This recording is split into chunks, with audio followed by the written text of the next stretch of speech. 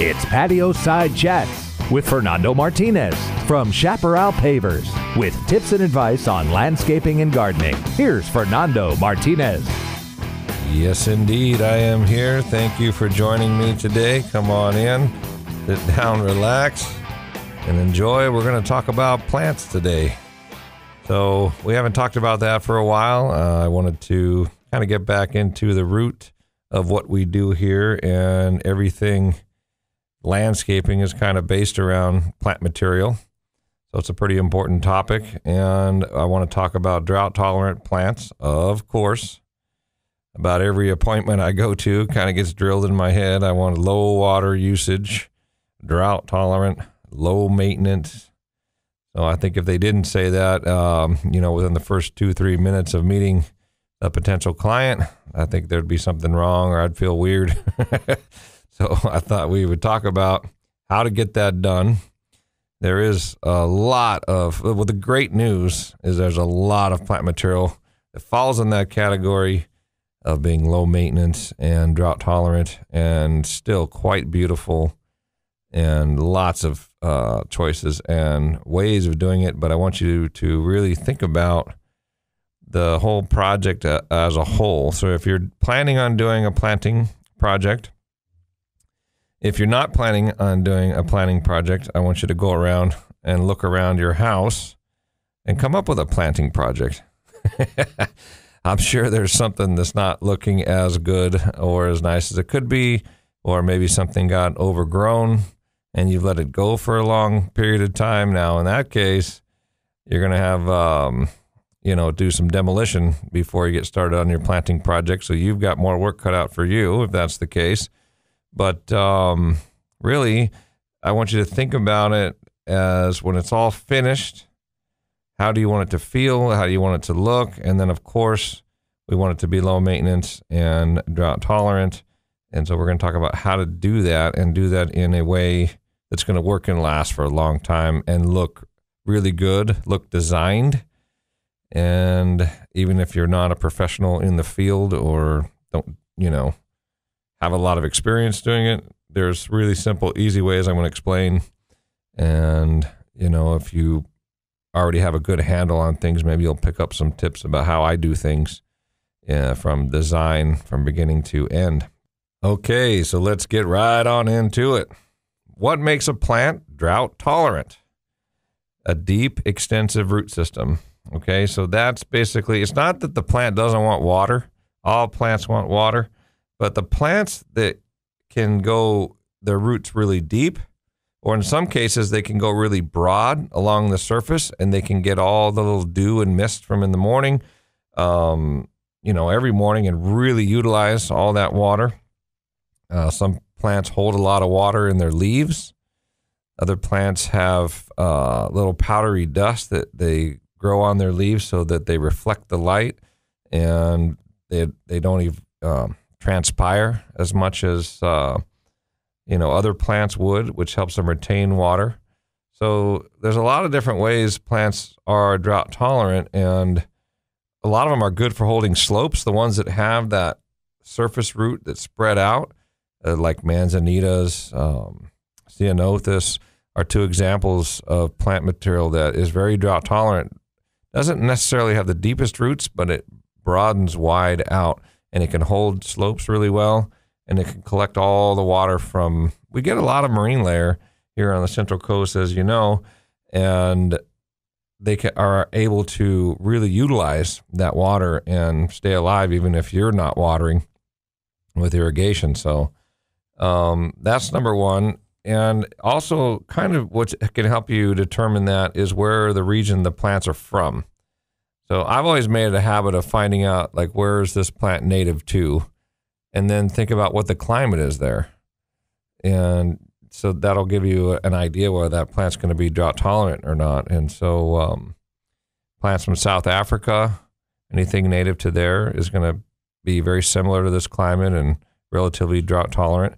Anything native, of course, that grows up in the hills around here, we get very little rain here. So native plants, of course, are going to be very drought tolerant.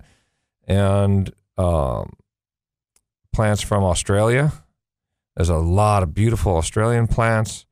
here. So not all, you can't say that every plant from a certain region is going to be, a certain watering needs, but it gives you an idea. It's a good place to start. Succulents. Most succulents, and I'm pretty safe saying all succulents are extremely drought tolerant, not very deep roots, but they hold a lot of water in the leaves. That's why the leaves are really fleshy. And so if it's a native succulent, like a Dudleya, one of my favorite plants, 100% sure that's going to require very little water. That's one of the ones that gets that powdery white on the top. It reflects light very well, requires very little water. And so, be careful too, because you don't want, if you overwater really drought tolerant plants, they're not going to do that well. You're going to spend a bunch of money on water and the plants are not going to thrive. So if you do, try to get an even keel of plant material needs across the board. If you're going to water everything with the same drip system, there's still ways around that. You can add more emitters on certain plants or plug emitters on other ones as they get older. So there's still a way to do it. But just if you want to make it easy on yourself, you can get kind of, as you're doing a planting project, try to get all similar needs. Now, what makes a plant low maintenance? A dwarf compact plant that doesn't grow very big, and you space them out, far enough apart from the next plant where they never touch, is the absolute best way to get low maintenance. So it's kind of key to not only know what region the plant's from, how the root system grows, what the water requirements are going to be, but also the size. And once you know the ultimate size of the plant, let's say it gets 4 feet tall and wide, and you plant it, 5, 6 feet away from another plant, and the planter bed is 5, 6 feet wide, you're going to have a low maintenance situation. So it doesn't always necessarily depend on the size of the plant, because the size of your planters can make a huge difference. And if you're in that phase of the designing the project, leave yourself some room. Don't make all the planters 2 feet, 3 foot planters seem to be pretty popular. And I don't know why that ever became a thing with 3 foot planters, but in my opinion, planters should be, unless you're going to put 2 foot plants in there, everything tiny, the planters need to be bigger, 6 feet, 7, 8 feet, 9 feet near corners. If you're going around a corner, what I do is if you want to do a nice curve, let's say for the planters, you can go from 7 feet to 5 feet. And then when it curves around a corner where the fence is, I like to come out at least 9, 10 feet there. And that way, if you wanted to put a tree or something in that corner, you can do it. And you've got the room for things to grow. High maintenance situation is, a 4 or 5 foot wide, 6 foot wide plant in a 3 foot planter. You're going to be trimming it all the time. And it's just not even going to look that good, and pretty quickly, within a couple of years, you're going to be hedging things and trying to keep things back. And, the yard's not going to look as nice. So that's why I say kind of think it through all the way before you purchase the plant material. Now, you can buy the plant material in different sizes. There's all the way down to flats, 4-inch pots, to 1 gallons, 5 gallon size, 15 gallon size, and up to box size plant material. So they sell plants obviously by container size. So if you can, they say you can't buy time, but with plant material, it's an amazing thing. You can buy time. You can spend more money and buy a more mature plant, which is really truly kind of an amazing thing if you think about it. You want a 15-year-old tree, you want to buy 15 years of time on growth on a tree, you're able to do that. And you can get 36-inch boxes, which I think is probably the biggest. You're going to want to go with 2-3 guys to be able to plant it without using a crane. And a 24-inch box is very manageable. I think, one strong person could plant a 24-inch box, no problem. And you can get shrubs in these boxes too. And sometimes you'll see 20-inch boxes, which is a really nice size. 15 gallons. I like mixing in larger, at least 15s. I mean, it depends what your budget is, for your planting project. But if you can get some 15 gallons, you can get some box trees or some box shrubs. And having that instant impact, it's nice. And you know that plant is already grown and healthy, and it just seems to be much easier. I like to plant from 5 gallons mostly if we can, because you'd get a decent start. That plant's been alive at least 2-3 years in a nursery, been watered and fertilized and kept. If you get them too small, you're really going to be responsible for growing that plant up and getting it to size and having it be healthy and do well, which is great, and you can save money certainly doing that. So, but be careful, because sometimes the little 1 gallon plants look cute, and if you don't know how big they're going to get, they can end up getting quite large. So yeah, definitely. What I like to do is bring the Sunset Western Garden book with you to the nursery and look things up right then and there. Sometimes the nursery help will steer you in the right direction, but they have motivation to sell plants. They're there to sell you plant material. So if you're asking them how big something's going to get, or whether it's going to be low maintenance or whatever, their motives hopefully would be pure and tell you, yeah, don't buy these plants right here. They're going to get too big or whatever. But it's just kind of, I've experienced it a lot, and I know a lot about plants. And when I go into a nursery and I ask someone their opinion on a certain plant, I've had bad information told to me just straight face, like, no problem. That's going to get 3 feet high. That seems to be pretty common. If they tell you it's going to get 3 feet high and wide, that's a common standard nursery answer. Like, okay. I don't know any plant that gets exactly 3 feet high and 3 feet wide. They're going to give you averages, but sometimes the ultimate heights of the things can scare you too. And you don't necessarily look at that extreme. It says it's going to get 60 feet high or whatever, think of it in reason. How fast of it is, how fast growing is it? And how long is it going to take, really to get to that size? Is that an ultimate size in its native environment? Is it really going to get that big here? So there's a little bit of, common sense you have to use, and really thinking about how much maintenance you want to do and what's going to be worth it. If you really love a plant and you don't mind trimming a couple of them, it can be worth getting a large plant and trying to keep it smaller. Now, what I want you to think about is colors and the foliage colors and the textures, and putting all that together and grouping things together and staying with odd numbers. So going to the nursery is one of my favorite things in the world.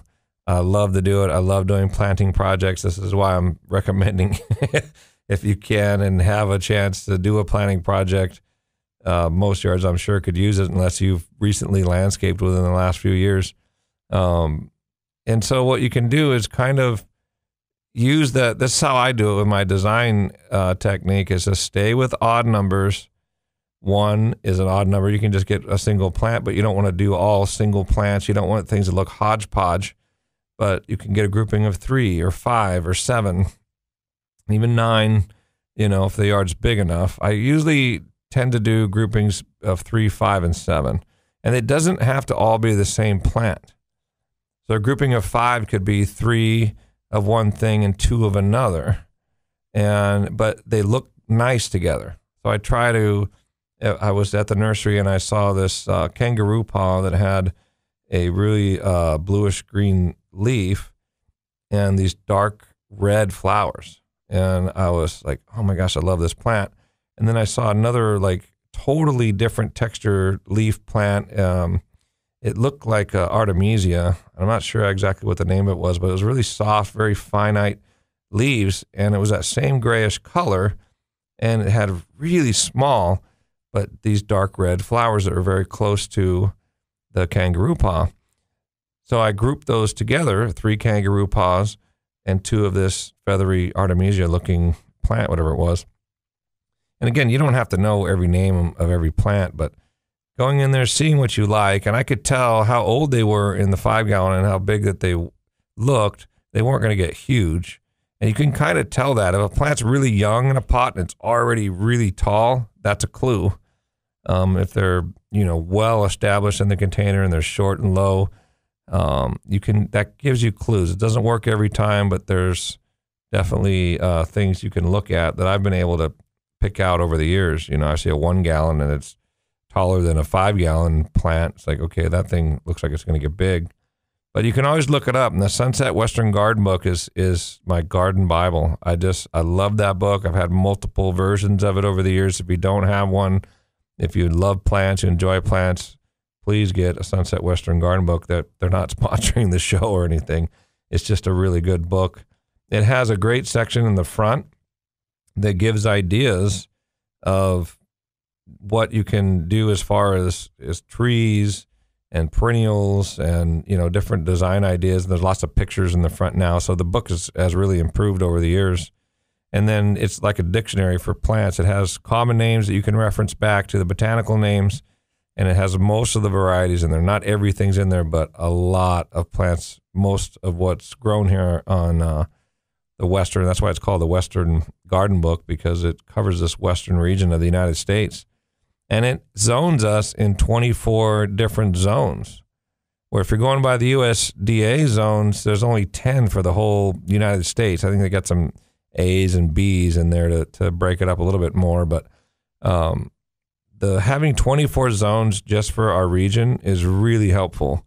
So when it comes to that plant material, to determine whether it grows in this area, whether it needs full sun or shade, that book is amazing. And it's pretty reasonable. I don't think maybe it's $20 or whatever it is to pick up that book. But and then of course everyone's got a smartphone, just about, so you can look things up online pretty simply. If you go to some of their growers, there's wholesale growers here on the Central Coast, or even in the state of California, that if you see like some big nursery names that you usually see on the pots in the nursery, or may even be that, like that Monrovia comes to mind. If you see a pot that says Monrovia and it's got a variety name on there, you can look it up on their website, and you can get a lot of information, about those plants. And even if maybe it's Native Sons Nursery here locally, we have a beautiful wholesale nursery. But if you don't have access to that, you're not a business or a contractor, you can still use their website as a resource to tell you about the plants, the ultimate heights and sizes, and, take them with a grain of salt. Make sure you've got, big enough planters for them, and expect them to get a little bigger than what it says in some cases. And when it comes to trees, realize that it's going to take years and years for a tree to get any kind of height.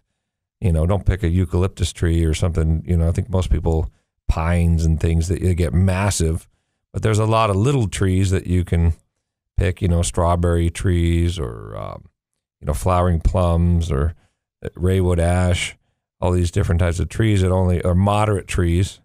Even if you looked up like a madrone or something, or some of these trees they'll be listed and there's quite large trees, but in reality, if you look at them around town and things, you'll see what the overall average height is and what they're easily kept at. If you look at the width of the trunk of the tree, you can kind of get an idea of the age of the tree, and look at the overall size and ask yourself, is that something I'd want to have in my yard? And that's kind of one of the best way to pick out trees on the Central Coast here.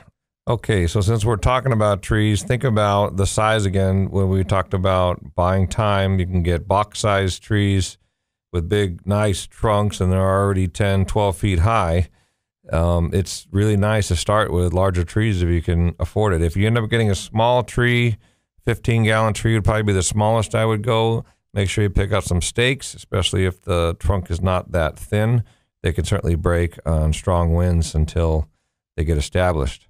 All right, if you miss any of this show or would like to hear any of our other radio shows, please type in Chaparral Pavers on YouTube.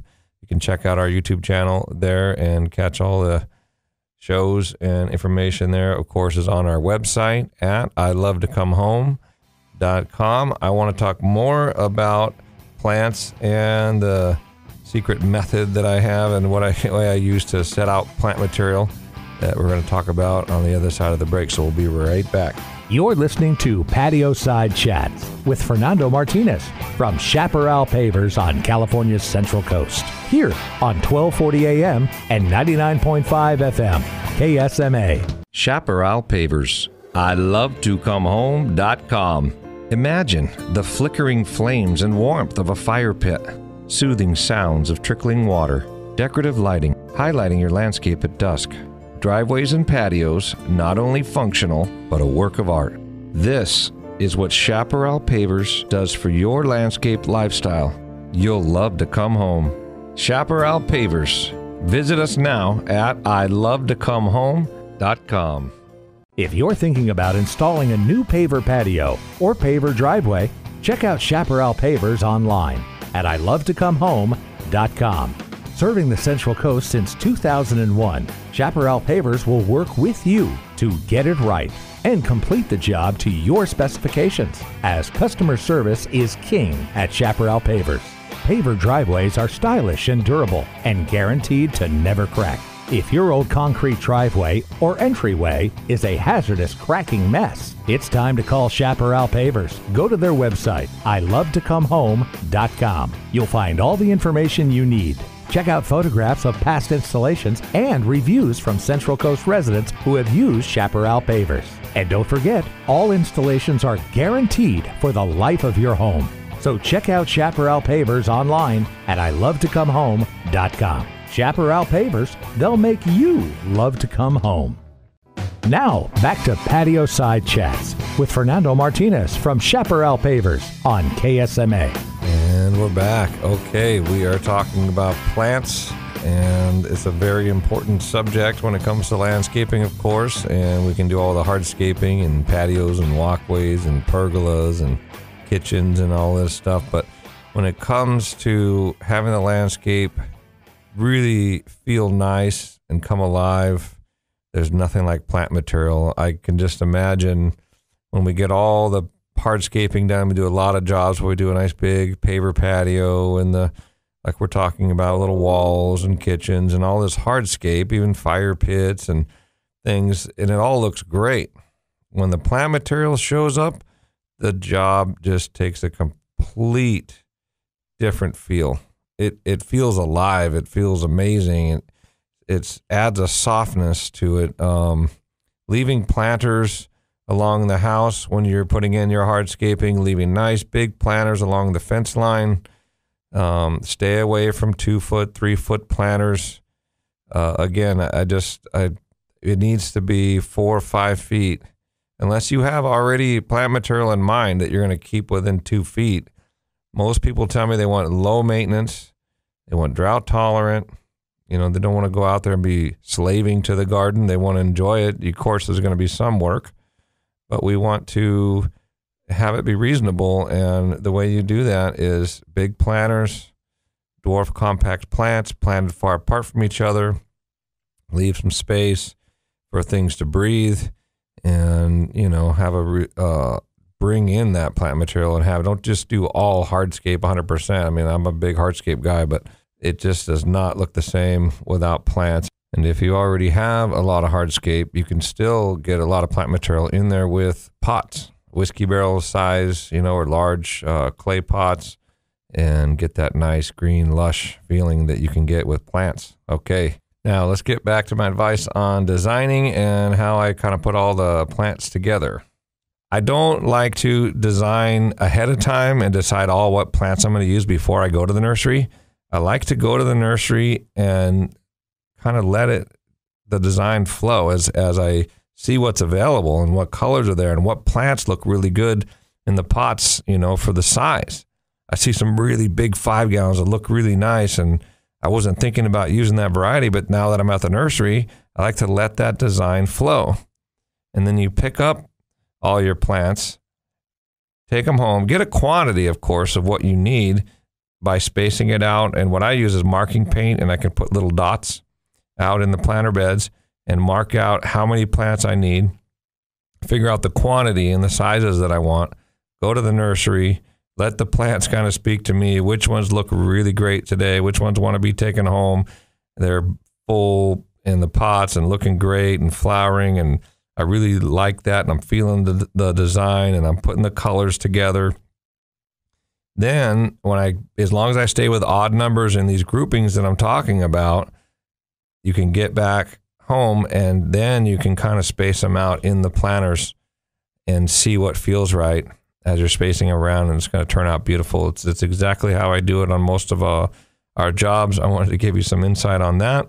Now, also what I do is I like to buy accent plants. At least that's what I call them. So a lot of times they'll be like little grassy tufts, or maybe some color, or even larger grasses. If I know I've got some space, I might get 3. The green fountain grass is really nice. I planted the purple fountain grass. I think pretty much a lot of people know that grass, and you can use that as accents around. They get pretty big. The green fountain grass stays a little bit smaller. It still gets those same beautiful seed heads that look kind of like not little cattails, but they're feathery and soft. Or carex. They have a really rusty, small, maybe 1.5 feet high, grassy looking. It's a sedge actually, and there's a rust color. And you just, as you're doing those groupings in that design, you put a group of 5 or 7 plants together.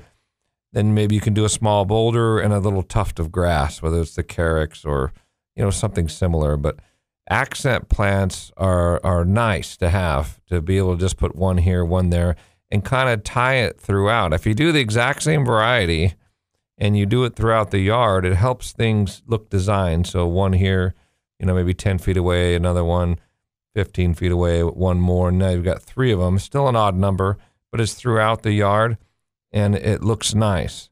So another thing I do is I like to use multiple nurseries.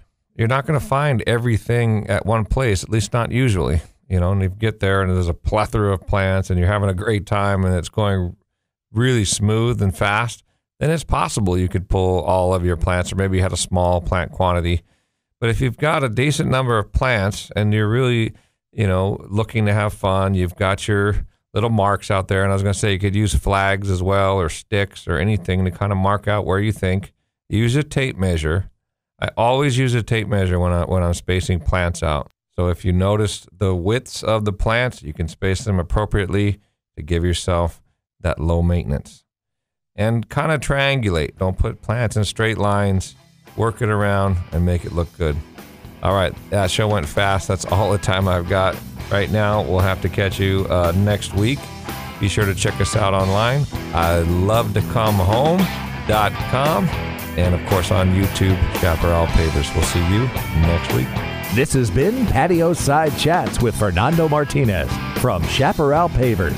Go to ilovetocomehome.com to find out more, or call 805-588-6917.